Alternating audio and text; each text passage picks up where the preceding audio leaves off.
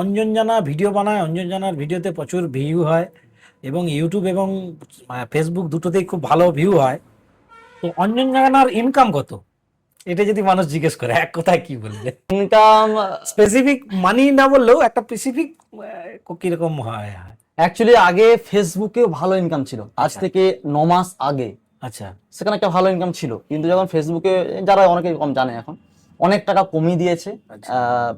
যেখানে আমি 100 টাকা পাওয়া যেত যেই আচ্ছা। ভিউজের উপরে, হ্যাঁ। সেই ভিউজে এখন পাওয়া যায় 12 টাকা 13 টাকা।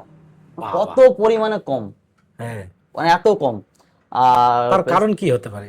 তার কারণ যতটা সম্ভব ফেসবুক নিজে সবকিছু সব আমার, পাবলিককে দেবো না, পাবলিক যা সেইটুকু তুমি শান্তি থাকো। আচ্ছা। প্রমোশন করে, হ্যাঁ।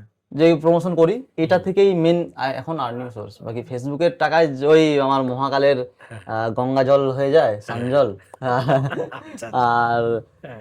নিজের কিছু টুকটাক ওই বাইরে গেলে এটা হয়ে যায়। আচ্ছা, তো এই ধরো আমাদের গৌড়া বা ঘাটাল এরিয়ার হুম। নতুন যারা দোকান টোকান শুরু করবে, তো অবশ্যই মানে যদি প্রমোশনের জন্য ডাকে, মোটামুটি তারা চার্জ কিরকম হতে পারে তবু? চার্জ কি, আচ্ছা, বিভিন্ন অনেকে- ইয়ে বিষয়ের উপর। বিভিন্ন মিনিমাম আমি স্বাভাবিক বলে দিচ্ছি, হ্যাঁ। দোকান অনুযায়ী হয় এক, আচ্ছা। বিয়ে বাড়ি অনুযায়ী হয়, বা কোনো কেমন কেমন শোরুমটা কেমন, সেই অনুযায়ী অ্যাপ্রক্স 8,000 টাকার উপরে আমি নেই। আচ্ছা।